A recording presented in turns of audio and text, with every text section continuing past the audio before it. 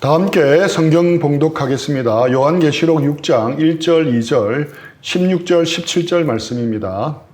내가 보매 어린 양이 7 인중에 하나를 떼시는데 그때에 내가 들으니 네 생물 중에 하나가 우레소리같이 말하되 오라 하기로 이에 내가 보니 흰 말이 있는데 그 탄 자가 활을 가졌고 면류관을 받고 나아가서 이기고 또 이기려고 하더라. 산들과 바위에게 말하되 우리 위에 떨어져 보좌에 앉으신 이의 얼굴에서와 그 어린 양의 진노에서 우리를 가리라. 그들의 진노의 큰 날이 이르렀으니 누가 능히 서리요 하더라. 아멘. 지난 시간에 말씀드린 영화 매트릭스를 기억하십니까? 주인공 네오는 빨간 약을 먹고 나서야 자신이 살던 세상이 가짜였다는 것을 알게 됩니다. 네오에게 빨간 약이 주어졌다면 우리에게는 요한계시록이 주어졌습니다. 요한계시록은 특별한 안경입니다. 우리가 전부라고 믿는 이 세상 너머에 진짜 또 다른 세계가 있다는 것을 보여주는 특별한 안경입니다. 헨리 나우엔이 쓴 책에 이런 이야기가 나옵니다. 엄마 뱃속에 상둥이가 있었습니다. 여동생이 오빠에게 말했습니다. 난 있잖아. 태어난 후에도 삶이 계속될 거라고 믿어. 오빠는 코웃음을 쳤습니다. 무슨 소리야? 절대 그렇지 않아. 여기가 전부야. 여기는 어두워도 따뜻하지. 또 탯줄만 잘 붙들고 있으면 먹여주잖아. 이게 인생의 전부라고. 여동생도 포기하지 않았습니다. 이 캄캄한 곳보다 더 밝고 넓은 곳이 있을 거야. 어딘가 다른 곳이 꼭 있을 거야. 잠시 침묵이 흐른 뒤 여동생이 또 말했습니다. 말해줄 게 또 있어. 오빠는 안 믿겠지만 말이야. 난 엄마가 있다고 생각해. 뭐 엄마라고? 상둥이 오빠는 화를 냈습니다. 무슨 황당무계한 소리야. 난 엄마를 한 번도 본 적이 없어. 너도 그렇고. 어떤 놈이 그런 생각을 자꾸 불어넣는 거야. 내가 말했잖아. 여기가 전부라니까. 이 상둥이 남매는 엄마를 한 번도 본 적이 없습니다. 하지만 엄마가 없는 것이겠습니까? 아닙니다. 단지 아직 못 봤을 뿐입니다. 엄마 자궁 속에 있는 이 두 남매와 우리는 비슷합니다. 이런 우리에게 요한계시록은 우리가 아직 보지 못하는 또 다른 현실, 하나님의 세계를 미리 보여주는 책입니다. 이렇게 요한계시록을 주신 주 목적을 염두에 두시면서 7인 심판이 시작되는 6장을 살펴보겠습니다. 이 나대 심판 시리즈에서 첫 번째 심판 시리즈인 7인 심판입니다. 1절입니다. 내가 보매 어린 양이 7 인중에 하나를 떼시는데 그때 내가 들으니 네 생물 중에 하나가 우레소리같이 말하되 오라 하기로 네 생물 중에 하나가 우레소리 같은 목소리로 오라라고 외칩니다.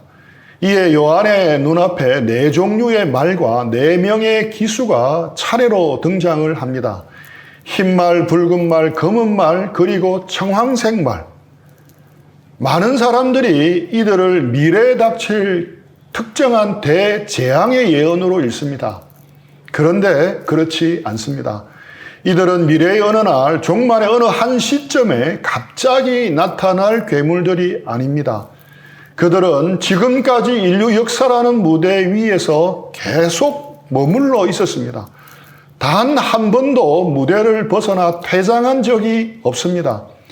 인류 역사상 이런 재앙은 늘 있었다는 것입니다. 하나씩 살펴보겠습니다. 2절입니다.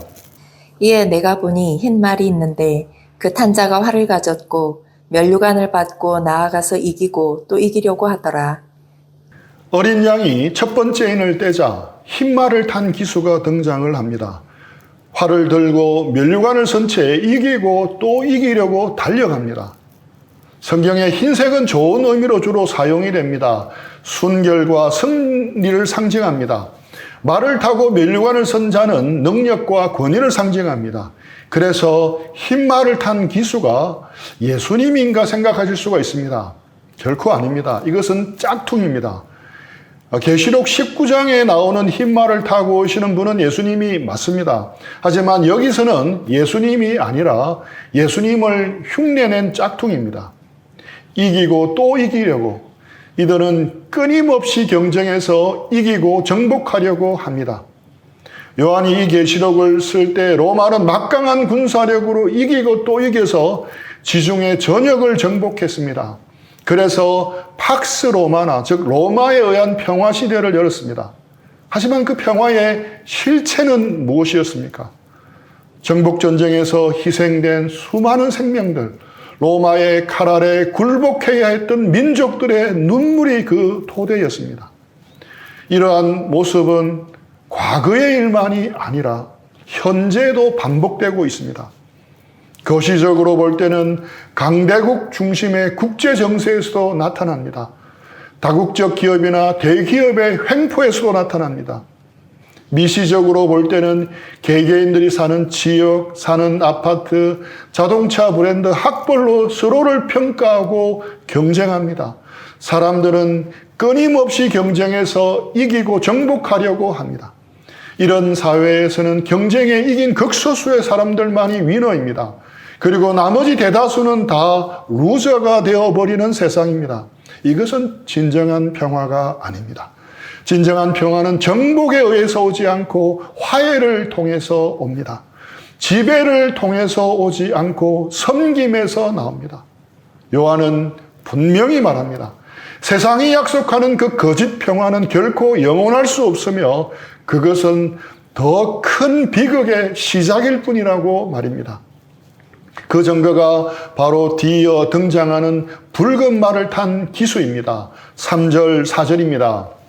둘째 인을 떼실 때에 내가 들으니 둘째 생물이 말하되 오라 하니 이에 다른 붉은 말이 나오더라. 그 탄 자가 허락을 받아 땅에서 화평을 제하여 버리며 서로 죽이게 하고 또 큰 칼을 받았더라. 두 번째 인이 떼어지자 피처럼 붉은 말이 나타납니다. 이 기수는 큰 칼을 가지고 땅에서 평화를 없애고 서로 죽이게 합니다. 첫 번째 기수가 만든 평화는 오래가지 못합니다. 억지로 눌러놓은 압력솥 뚜껑이 언젠가는 터지는 것처럼 힘으로 만든 평화는 결국 더 큰 폭력을 낳습니다. 붉은 말을 탄 기수는 이 모든 것을 파괴합니다. 국가끼리 민족끼리 전쟁을 부추겨 서로 죽이게 만듭니다. 하지만 대규모 전쟁에만 국한되지 않습니다. 한 사회, 한 공동체, 심지어 한 가정의 내부까지 깊숙이 파고들어 신뢰를 무너뜨리고 관계를 단절시킵니다. 그리고 서로를 향한 정오를 부추깁니다. 그래서 서로 죽이게 합니다. 역사를 보십시오. 같은 나라 사람들이 이념이 다르다고 싸우고 죽였습니다. 종교가 다르다고 이웃을 해쳤습니다. 피부색이 다르다고 차별했습니다. 가난한 사람과 부자가 서로를 적으로 여겼습니다. SNS에서 정치 성향이 다르다고 욕합니다. 세대가 다르고 젠더가 다르고 지역이 다르다고 편을 가르고 비난하고 싸웁니다. 붉은 말은 이렇게 우리 안에 정오의 씨앗을 뿌립니다. 그 씨앗이 자라면 평화는 깨지고 서로를 향한 칼날만 남습니다. 붉은 말이 지나간 자리를 보십시오. 폐허만 남았습니다. 팔레스타인, 가자 지구, 우크라이나 그리고 수많은 분쟁 지역들, 한때 아름다웠던 도시들이 잿더미가 되었습니다. 이 붉은 말도 역시 현재 진행형입니다. 지금도 달리고 있습니다.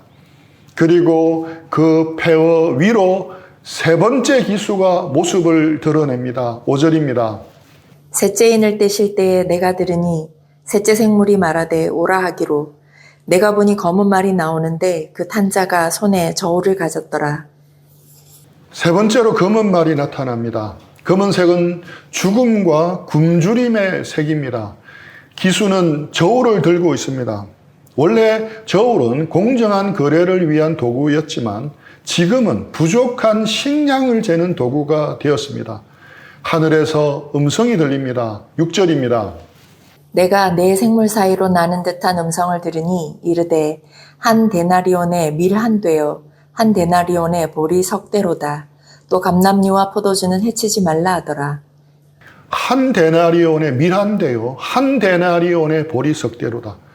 한 데나리온은 노동자 품삯인데 하루 종일 일해도 자기 하나 입에 풀칠하기가 버겁다는 말입니다. 그렇다면 가족은 어떻게 먹여 살리겠습니까? 이것이 전쟁과 기근이 가져온 현실입니다. 그런데 더 충격적인 말이 나옵니다. 감람류와 포도주는 해치지 말라.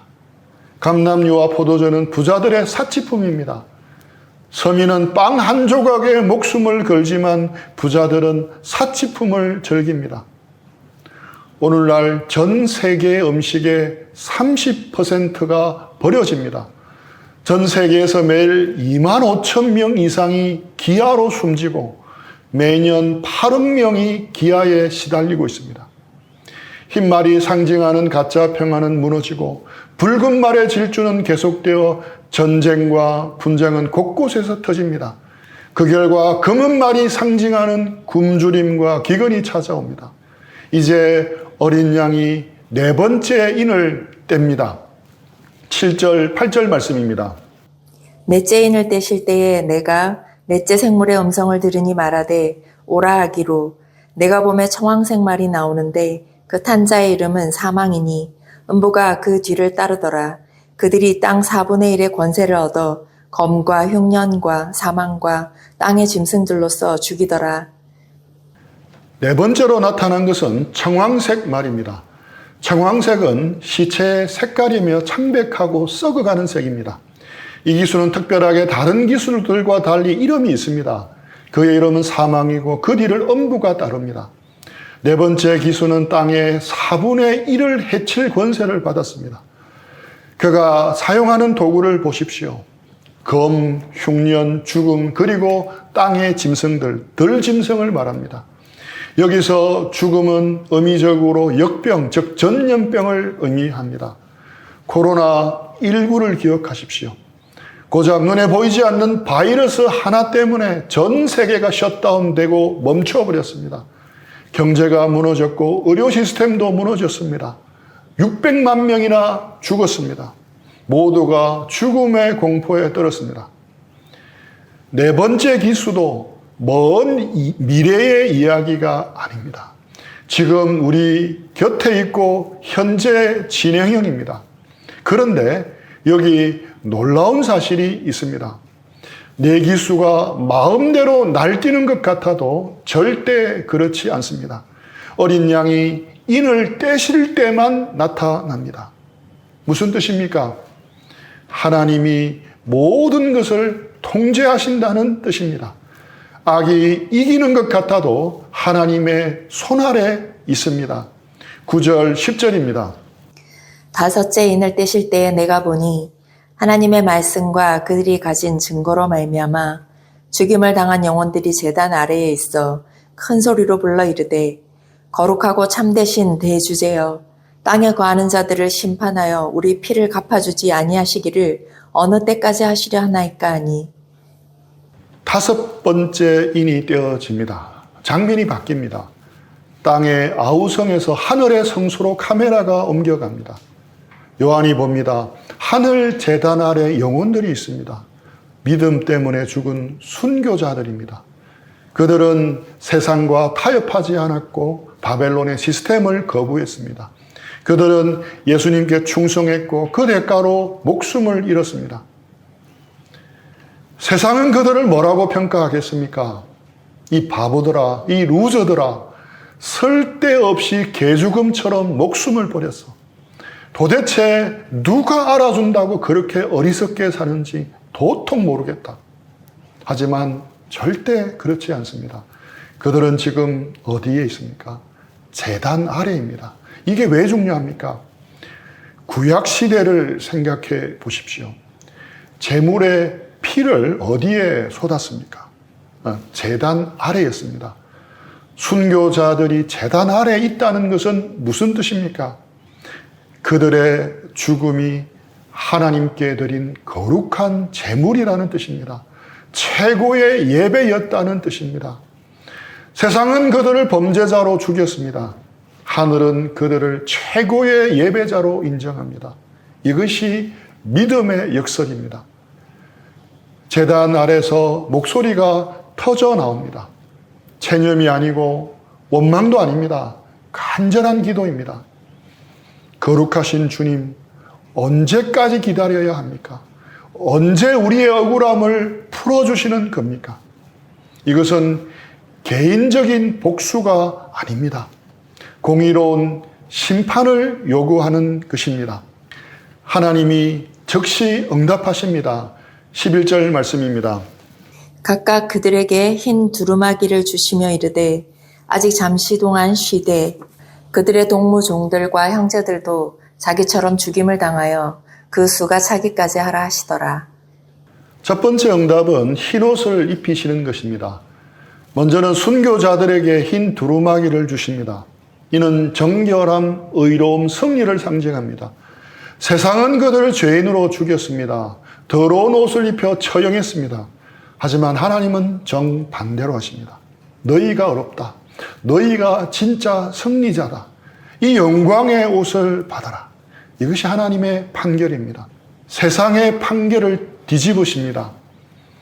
두 번째 응답은 조금만 더 기다려라입니다. 하나님이 말씀합니다. 잠시 쉬어라. 너희 형제들도 순교할 것이다. 그 수가 차기까지 기다려라. 이 말씀이 이상하게 들립니까? 더 많은 사람이 죽어야 하며 하나님이 고통을 방관하신다는 것입니까? 아닙니다. 이것은 하나님의 시간표입니다. 무슨 뜻입니까? 구원받을 사람의 수가 아직 다 차지 않았다는 뜻입니다. 한 영혼이라도 더 구원하려고 기다리신다는 뜻입니다. 베드로후서 3장 9절 말씀입니다. 주의 약속은 어떤 이들이 더디다고 생각하는 것 같이 더딘 것이 아니라 오직 주께서는 너희를 대하여 오래 참으사 아무도 멸망하지 아니하고 다 회개하게 이르기를 원하시느니라. 오직 주께서는 너희를 대하여 오래 참으사 아무도 멸망하지 않고 다 회개하게 이르기를 원하시니라. 심판이 늦어지는 이유는 바로 하나님의 사랑과 인내 때문입니다. 하나님이 말씀합니다. 잠시 쉬어라. 하나님의 시간에서 볼 때 우리의 고통은 잠시입니다. 영원과 비교하면 순간입니다. 약속의 시간이 차면 하나님이 일어나십니다. 모든 기도에 응답하시고 완전한 정의를 실현하십니다. 그게 언제입니까? 순교자들이 물었습니다. 그 대답이 6번째 일에 나타납니다. 12절로 14절입니다. 내가 보니 6째 인을 떼실 때에 큰 지진이 나며 해가 검은 털로 짠 상복같이 검어지고 달은 온통 피같이 되며 하늘의 별들이 무화과 나무가 대풍에 흔들려 설익은 열매가 떨어지는 것 같이 땅에 떨어지며 하늘은 두루마리가 말리는 것 같이 떠나가고 각 산과 섬이 제자리에서 옮겨지매 이제 우주 전체가 뒤집어집니다. 하늘과 땅에 대격변이 일어납니다. 큰 지진이 나고 해가 검은 배옷처럼 어두워집니다. 달이 빛처럼 붉어지고 별들이 우수수 떨어집니다. 하늘이 두루마리처럼 말려 올라가고 산들이 제자리를 떠납니다. 무시무시한 재앙입니다. 이 부분이 많은 사람들이 오해하고 있는 부분입니다. 이 구절에 나오는 표현들은 상상을 초월하는 자연재해를 일컫는 예언이 아닙니다. 상징적 언어이고 상징적 표현입니다. 하나님의 엄중한 심판을 전달하기 위한 아주 강력한 상징적 언어입니다. 제가 요한계시록 강의 첫 시간에 나누었듯이 요한계시록에 나오는 상징들은 절대로 풀 수 없는 암호문이 아닙니다. 자물쇠로 채워져 있는 듯한 상징들은 해석할 수 있는 열쇠가 분명하게 있습니다. 그 열쇠가 무엇이겠습니까? 바로 구약 성경입니다. 요한계시록에 나오는 상징들은 이미 구약 성경에 다 나오는 표현들입니다. 사도 요한은 완전히 새로운 이미지를 사용한 것이 아니라 리메이크한 것입니다. 구약의 이미지를 빌어서 리믹스한 것입니다. 그러니까 상징들을 해석할 수 있는 열쇠는 바로 구약 성경에 있는 것입니다. 구약에서 영원할 것 같았던 강한 나라와 강한 왕이 심판받고 멸망할 때 그 충격이 너무 컸습니다. 그래서 하늘의 해가 빛을 잃고 별이 떨어진다는 표현을 사용했습니다. 세상이 망할 것 같은 큰일이 벌어지는 것을 표현하는 그 시대의 관용구였습니다. 이사야서에도 나오고 요엘서에도 나옵니다. 학개서에도 나옵니다. 따라서 구약을 잘 알고 있었던 요한계시록의 독자들은 6번째인이 떼진 후에 일어나는 사건들을 들을 때 알았습니다. 이것은 단순한 자연재해를 나타내는 표현이 아니라 가까이는 로마 제국이 멸망할 것을 나타내고 있구나를 직감했습니다.